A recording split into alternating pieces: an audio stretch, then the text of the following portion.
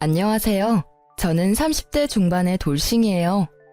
제가 이렇게 사연글을 작성하게 된 건 기가 막히고 욕도 나오는 제 이혼 과정 때문인데요. 정말 세상에 믿을 놈 하나 없다는 교훈을 비싼 값을 치르고 톡톡히 배웠다고 생각해요. 저희 집은 부자는 아니었지만 부족함 없이 자랐어요.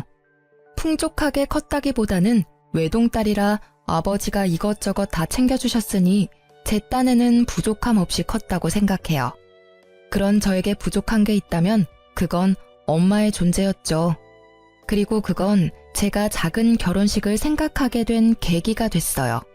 아버지를 혼주석에 혼자 앉히고 싶지 않았고 어머니의 빈자리를 실감하고 싶지도 않았으니까요. 그런 제 생각에 동의를 해준 건 남편이 처음이었어요. 제가 남편과 만나게 된 이유는 대학 동기 때문이었어요. 친하게 지낸 적은 없었는데 자기 친오빠랑 잘 어울릴 것 같다며 만나보라고 하더라고요. 그때는 갑자기 연락해서 자기 가족을 소개해주는 것에 놀랐지만 별 생각 없었던 것 같아요. 그때 좀 더 주의를 기울였어야 하는 건데. 어쨌든 그렇게 동창의 소개로 그녀의 오빠를 만나게 됐고 우리가 같은 회사에서 일한다는 우연이 겹치며 저희 사이는 마치 운명 같은 것이 있다고 믿게 됐어요. 비밀리에 사내 커플이 되어 만나는 건 무척 재미있었어요. 그리고 그 사람은 저처럼 작은 결혼식이라는 것에 크게 공감해 주었고 자기도 원한다면 그런 작고 아기자기한 결혼식을 하고 싶다고 했죠. 그렇게 가까워진 저희는 결혼을 하게 됐어요. 가족들과 친구들만 불러서 소박하게 한 결혼. 시댁 식구들도 너무나 좋아해 줬어요. 우리는 축의금 같은 건 필요 없다. 이렇게 프라이빗하게 하니 너희한테 집중할 수 있어서 좋다. 그런 이야기를 시모가 했죠. 그 당시 제가 시댁에 받은 인상은 이런 푸근함과 이상할 정도로 허세와 허영이 있다는 점이었어요.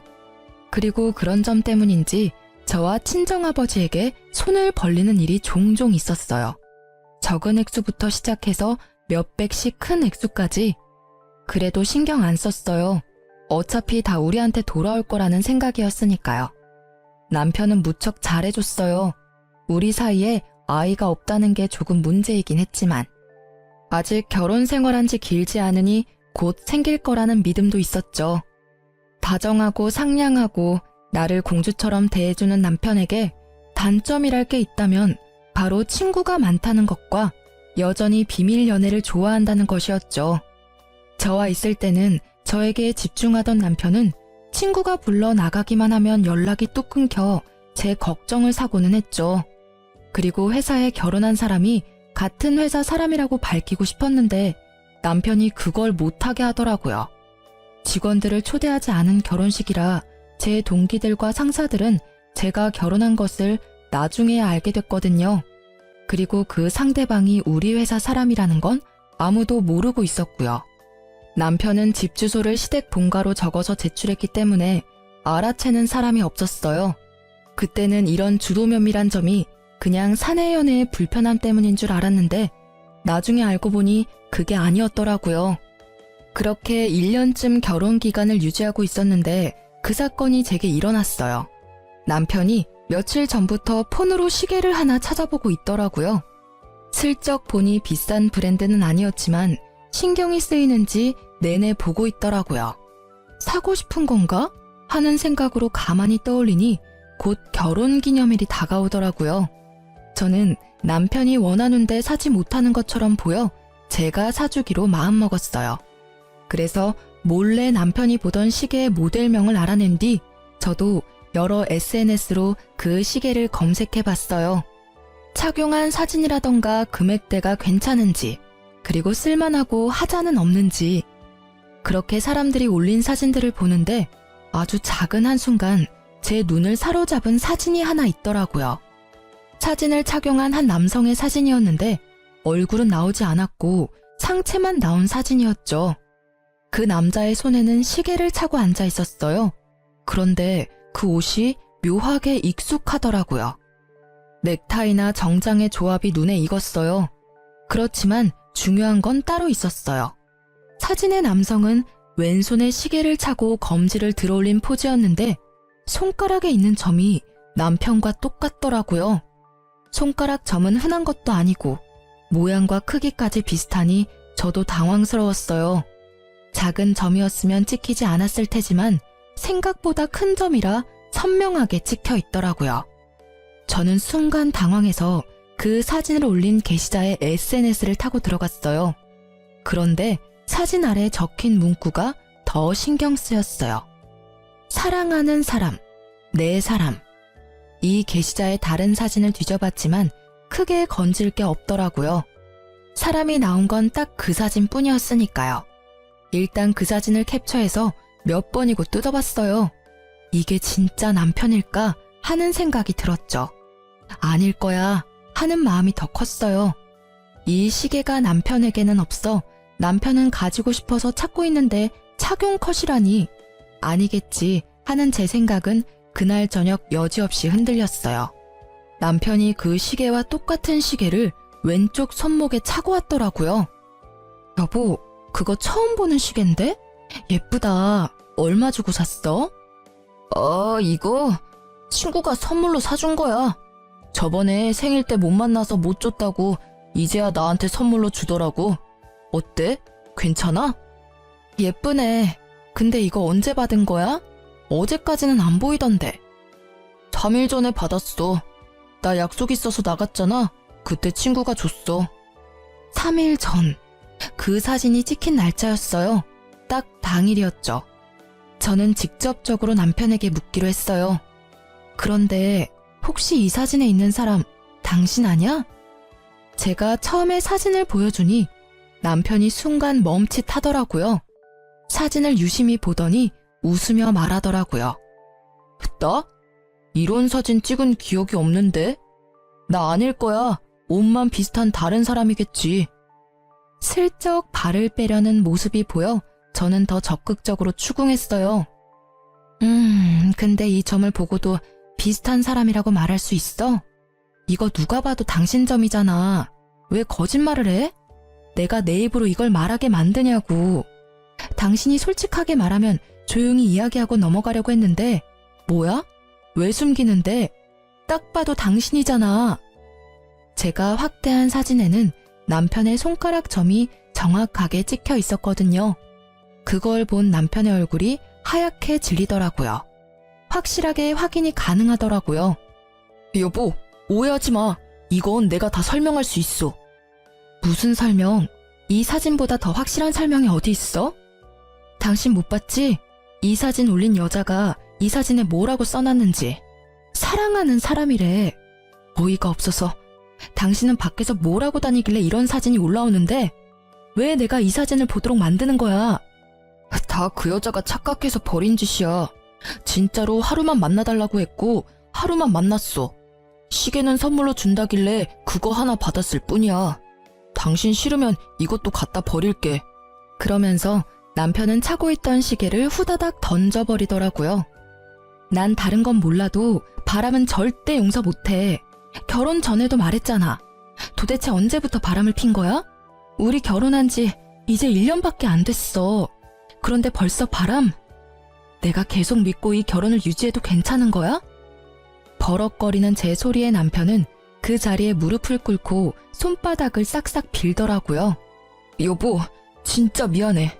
상대방이 한 번만 만나달라면서 부탁하길래 한 번만 만나주면 포기한다길래 그랬어. 다 끊을게. 이 시계도 버려버릴 테니까 제발 용서해줘. 과장된 모습이 실소를 나오도록 만들었지만 정말로 나와 헤어지고 싶은 생각은 없구나 하는 생각이 들었어요. 이혼하기 싫으면 그 여자랑 관계 당장 끊어. 내가 보는 앞에서 헤어지자고 이야기하고. 남편은 후다닥 폰을 꺼내더니 문자를 작성하더라고요. 우리 그만하자. 앞으로 연락하지 마. 나한테는 와이프뿐이야. 그 문자를 보여주며 눈앞에서 보내더라고요. 그거 하나로 믿기는 힘들었죠. 그렇지만 남편은 제가 용서해준 그날부터 제게 엄청 잘해주기 시작했어요. 일찍 집에 들어오고 어디 놀러 가지도 않고요. 또 친구도 만나러 가지 않았죠. 가끔 혼자서 시댁에 다녀올 때도 있었는데 그럴 때는 시댁에서 연락을 줬어요. 그러니 다른 사람 만날 틈이 없었어요. 그쯤 되니 냉랭했던 제 마음도 조금은 풀렸어요. 남편은 매번 제가 좋아하는 선물들을 가져오며 제 눈치를 보더라고요. 그게 눈에 보이니 계속 화만 낼 수도 없었어요. 솔직히 찝찝한 생각은 마음속 어딘가에 있었지만 일단 넘어가기로 했어요.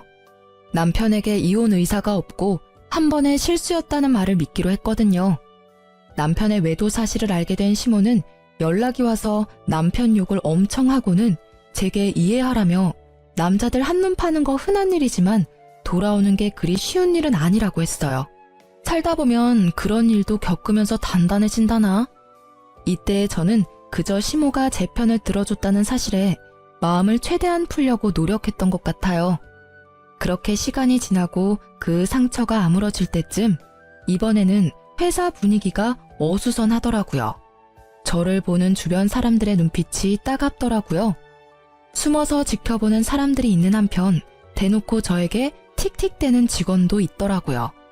저는 너무 답답한 마음에 회사에서 나와 바람을 쐬는데 그때 저와 그나마 친한 직원이 지나가더라고요. 저는 서둘러 그 직원을 붙잡았어요. 저기 오랜만이야. 잠시 나하고 이야기 좀 할 수 있을까? 혹시 나 요즘 회사에서 이상한 소문 돌아? 언니, 몰랐어요? 나는 당연히 알고 있을 줄 알았는데. 지금 난리 났어요. 옆 부서에서 일하는 영미 씨 알죠? 영미 씨가 언니가 자기 남자 뺏어간 여자라고 회사 여직원들 사이에서 엄청 소문내고 다녀요. 그거 진짜는 아니죠. 영미라는 여직원은 저보다 3살이 어린 여자였어요. 직급은 낮고 예쁘장하게 생긴 여자. 내가 왜 그 여자 남자를 뺏어가? 나 1년 전에 결혼해서 남편 있어. 작은 결혼식이라서 직원들 초대는 못했지만 그래도 결혼식까지 하고 혼인신고까지 한 남편이 있는데 갑자기 무슨 남자? 착각한 거 아니야? 정말요? 그런데 그 영미 씨 말로는 자기는 몇 년을 사귀었다고 하던데 남편분이랑은 어떻게 만나신 거예요? 나 남편 여동생이 내 동창인데 소개시켜줬거든. 진짜 심각하게 착각하는 거 아니야? 언니가 설마 바람을 필 리는 없을 거고. 당연하지.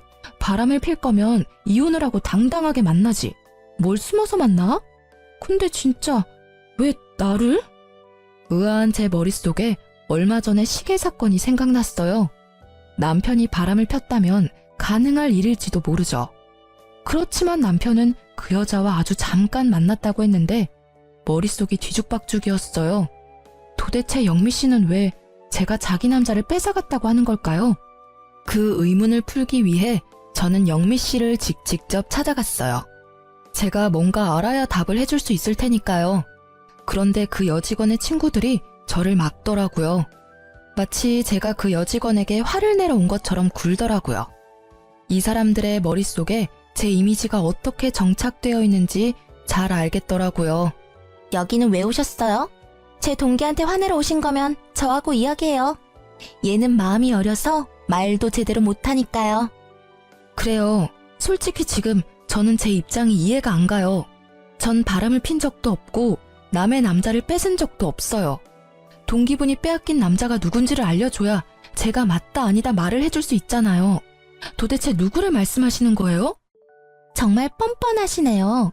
지금 그쪽 분이랑 결혼한 그 남편분이 제 동기의 오래된 남자친구였다고요. 갑자기 튀어나와서 돈으로 남자를 꼬시고는 두 사람 강제로 불륜처럼 만들었다면서요? 어떻게 순수하게 사랑하는 한 커플을 순식간에 불륜으로 만들 수가 있어요? 그러니까 두 사람이 사귀고 있는데 제가 끼어들어서 지금 제 남편을 빼앗았다는 말인가요? 그런데 그 말이 이상한 게 먼저 만났고 서로 좋아하면 결혼을 했으면 되잖아요. 그럼 제가 유부남을 꼬실 일은 없었을 텐데요. 저는 분명히 미혼이라는 제 남편을 남편의 여동생인 제 동창에게 소개받았거든요. 그건 그쪽의 일방적인 주장이잖아요. 유부남을 꼬신 건 아니지만 남의 남자 꼬신 건 맞는 말이잖아요. 그리고 가해자가 이렇게 피해자 찾아오는 거 문제 있다고 생각하거든요. 뒤쪽에 다른 동료들에게 보호받고 있는 영미라는 직원은 쪼그려 앉아 다른 사람의 품 안에서 부들부들 떨고 있더라고요. 이 여직원은 자기가 피해자고 저는 가해자라는 프레임을 이미 확실하게 만들어뒀더라고요. 기가 찬 제가 더 이야기를 하고 싶었지만 상황이 좋지 않아 포기했어요. 그리고 집에 돌아와 남편에게 물어보기로 했죠. 당신 도대체 뭘 하고 다니는 거야? 회사에 이상한 소문 퍼진 거 알고는 있어? 내가 왜 남의 남자를 빼앗은 파렴치한 여자가 되어 있는 건데 설명 좀 해봐. 그 여자가 지금 자기가 피해자라고 완전 나를 천하의 나쁜 년으로 만들었다고. 갑자기 무슨 소리야? 나 그때 헤어졌어. 난 모르는 일이야. 정말로 몰랐어? 그런 소문이 회사에 지금... 됐고, 그 여자는 당신이랑 꽤 오랫동안 사귀었다는데 그 말은 어느 쪽이 진짜야? 오래 사귀었다고?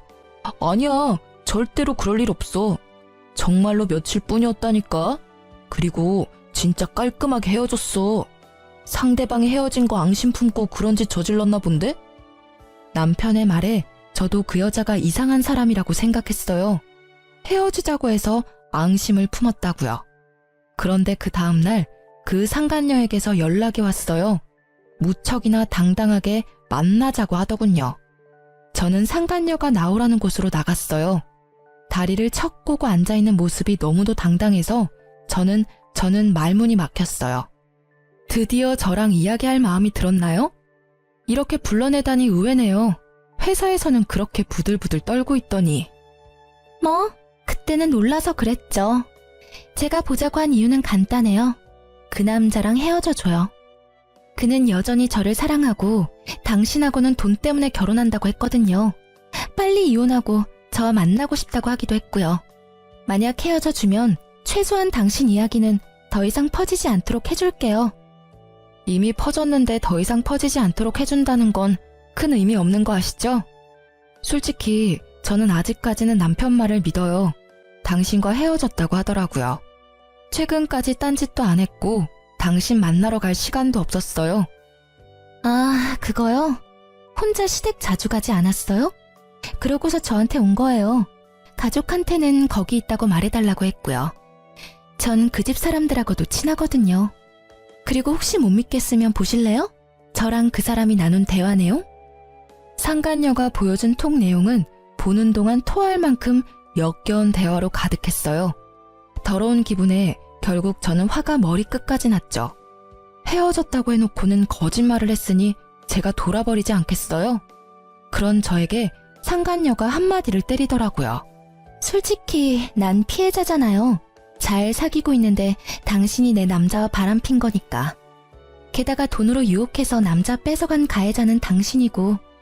피해자라 그렇게 치면 제 쪽이 더 큰 피해자 아닌가요? 저는요, 당신하고는 달리 그 남자 가족한테 소개받아서 결혼했어요. 분명히 말해두지만 저는 그 남자가 유부남이었다거나 다른 여자가 있었다면 절대로 결혼 안 했을 거고요. 이것만 보면 저는 혼인빙자 사기를 당한 거거든요? 맞잖아요. 당신 말대로 그 집안 사람들이 당신과 그 남자 사이를 인정하고 있었다면 저에게 왜 남자를 소개시켜줬겠어요?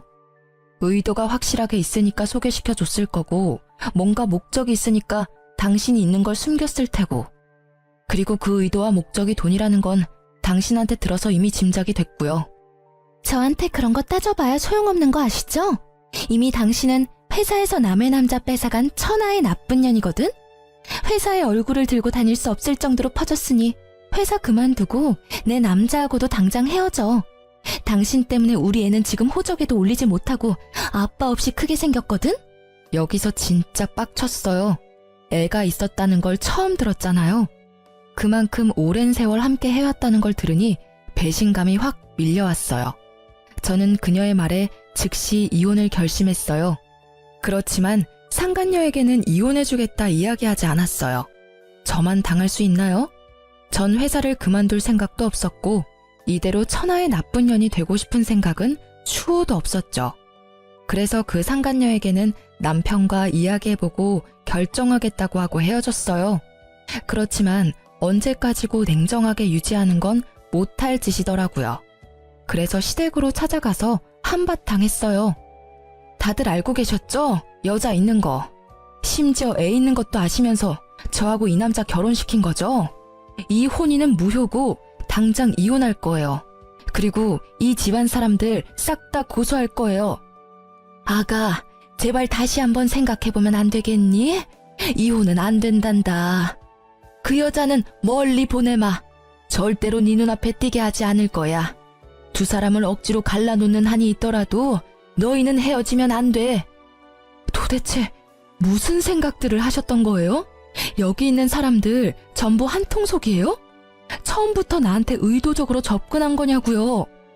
어쩐지 몇십만 원부터 몇백만 원까지 돈 빌려달라고 할 때부터 내가 알아봤어야 했는데 그 여자 한 말 중에 틀린 말이 없네요.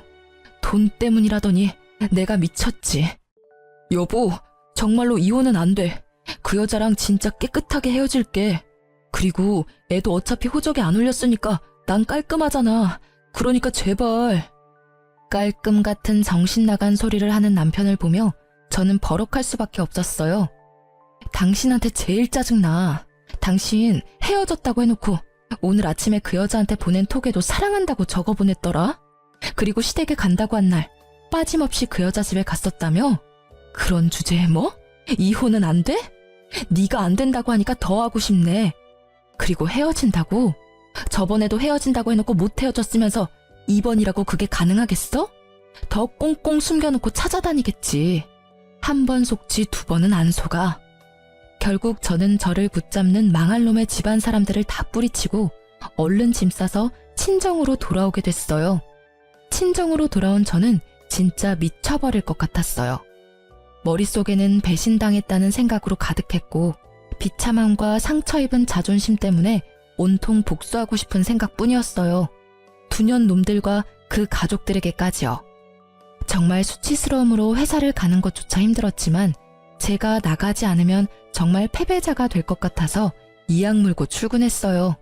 회사에서는 여전히 불명예스러운 소문이 가득했고 저는 그 소문을 의식하지 않으려 했지만 소문을 믿고 있는 사람들이 저를 의식하니 어쩔 수 없이 제 의도와는 다르게 시달리게 되더라고요. 그래서 저는 정면으로 부딪히기로 했어요. 우선은 상간녀를 만나기로 했죠. 이혼 준비 다 되셨어요? 남편도 나하고 이혼하기를 원하면 당신 말처럼 이혼해줄 거야.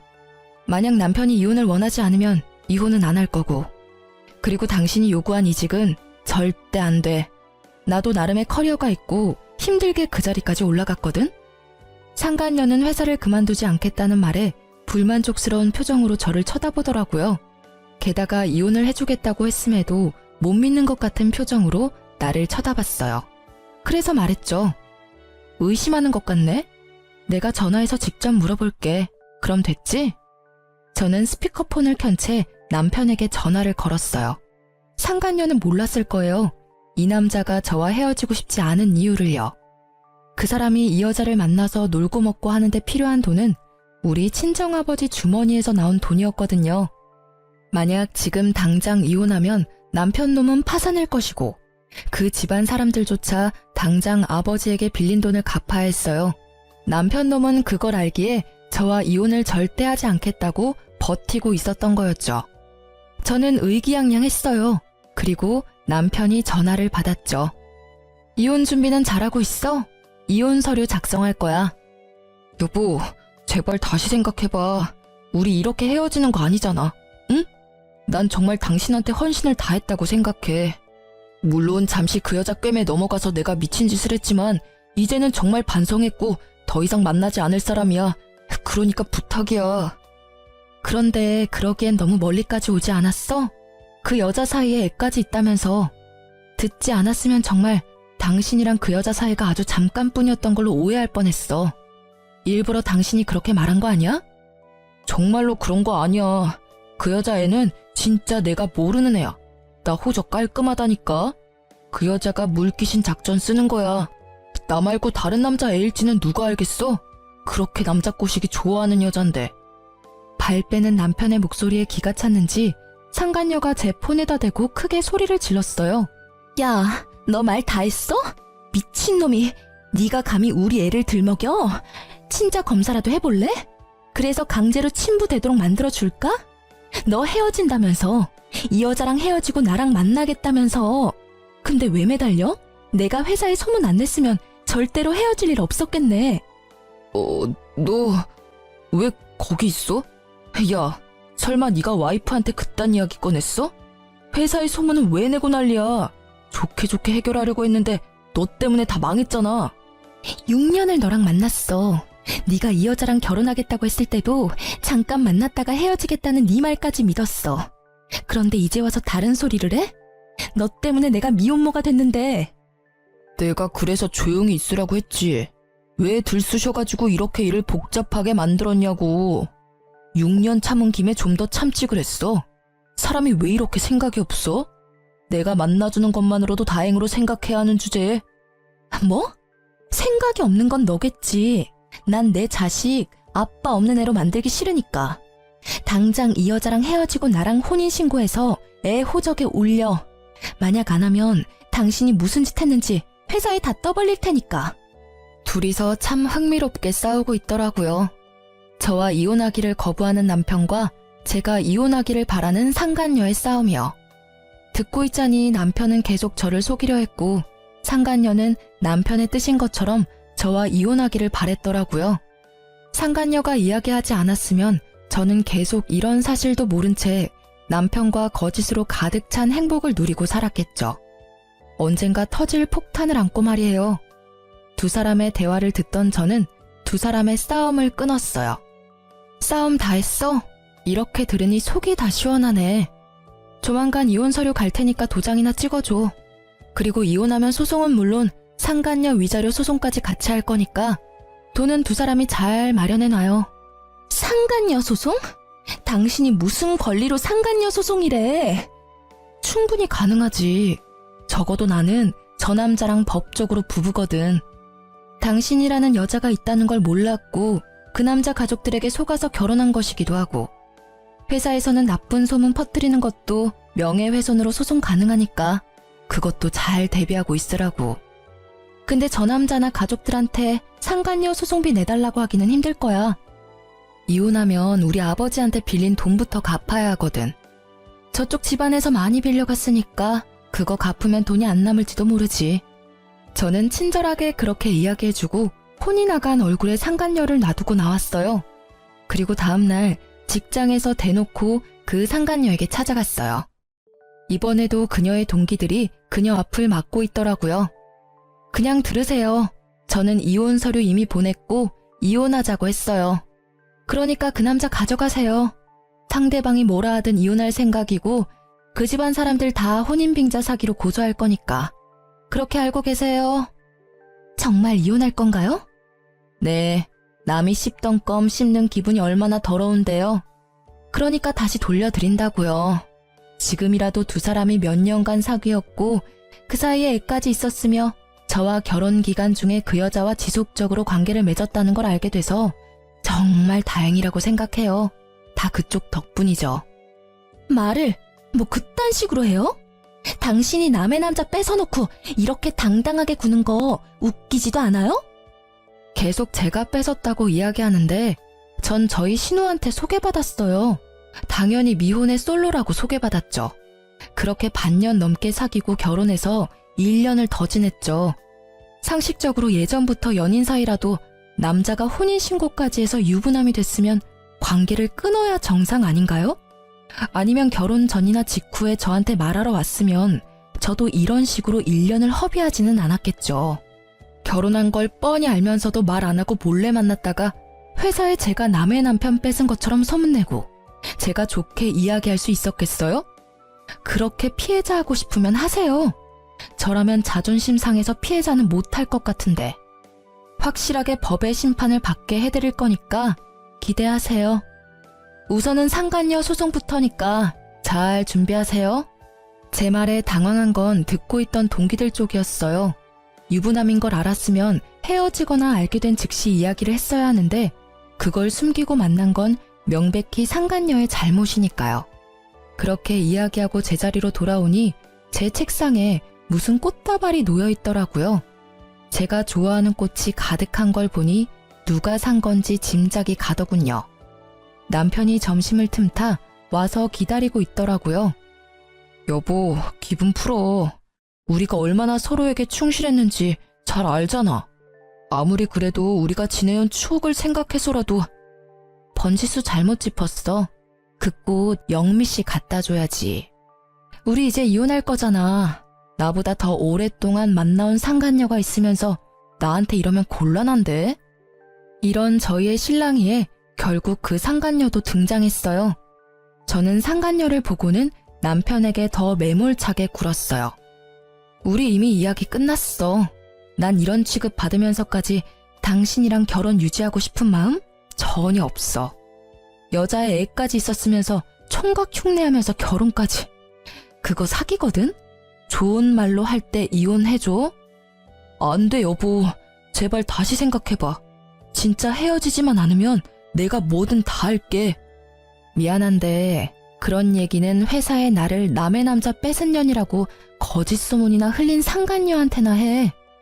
여보, 그 여자랑은 이미 헤어졌다고 했잖아. 나 진짜 깨끗해. 아무 사이도 아니라고. 다 저 여자가 오바해서 이런 액션 취하는 거야. 결국 버티다 못한 상간녀가 벌겋게 된 채 분노를 삼키고 있더라고요. 대놓고 아무 사이 아니라는 말을 들었으니 이제는 제가 강제로 자기 남자를 빼앗았다는 말을 퍼뜨릴 수 없겠죠.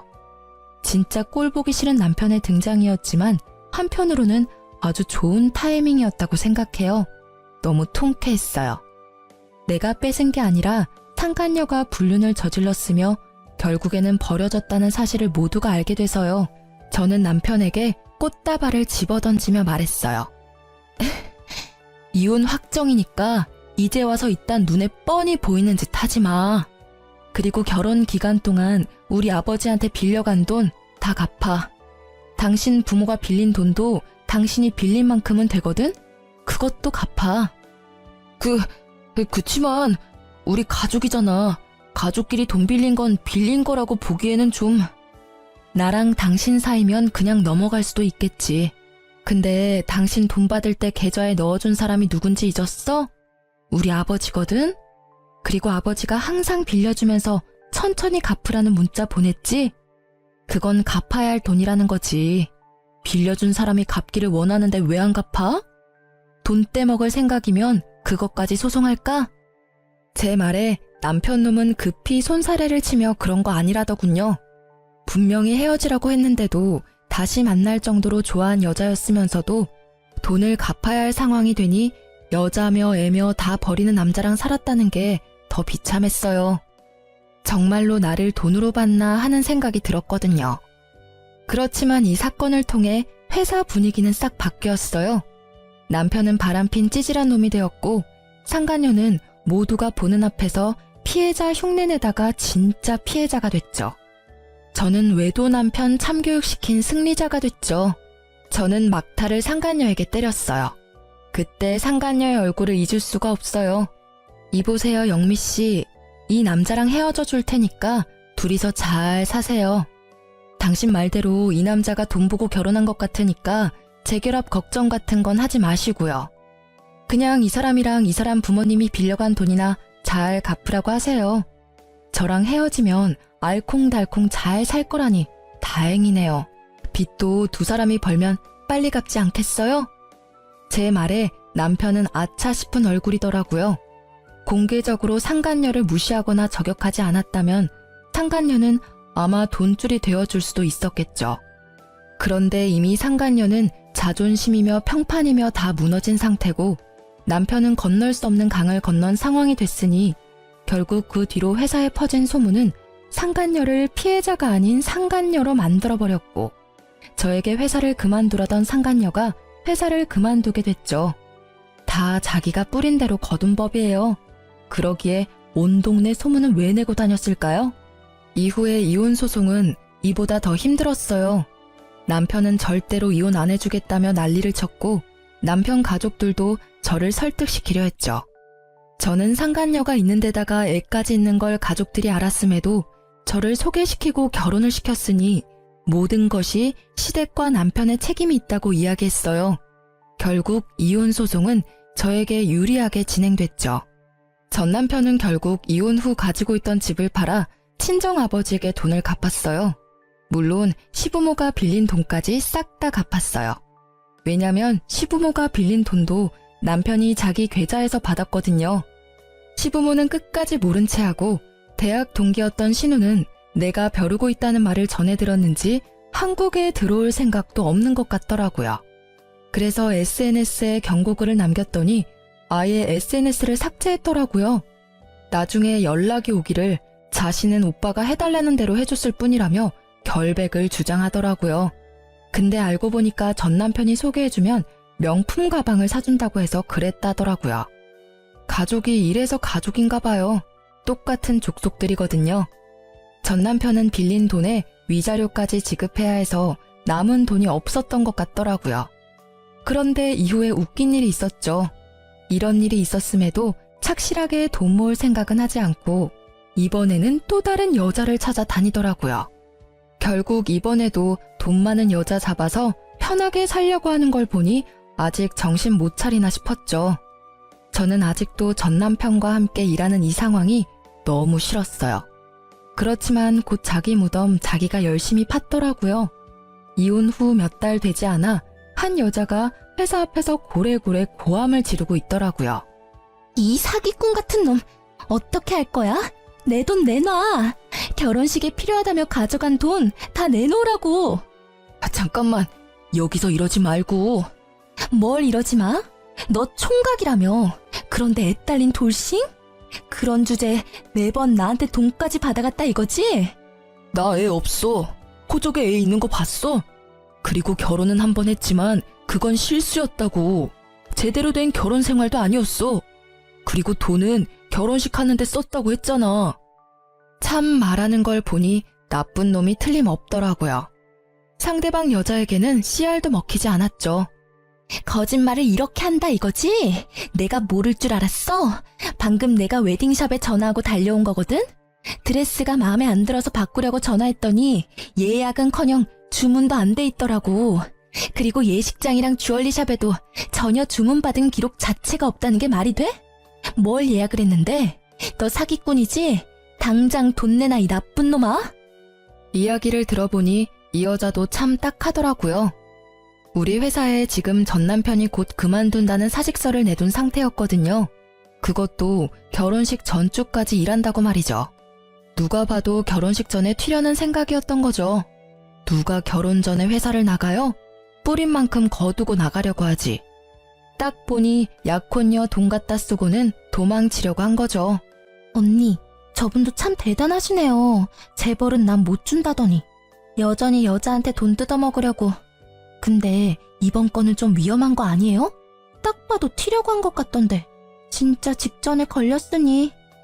제 밑에서 일하는 후배의 말에 재미있게 구경하던 저도 대답했어요. 그러게나 말이다. 애 딸린 건 어떻게 알았을까 모르겠네. 호적에 안 남는다며 자기는 깨끗하다던데. 여자의 한이 얼마나 무서운지 얕본 거지. 그때 상간녀가 가만히 있었겠어?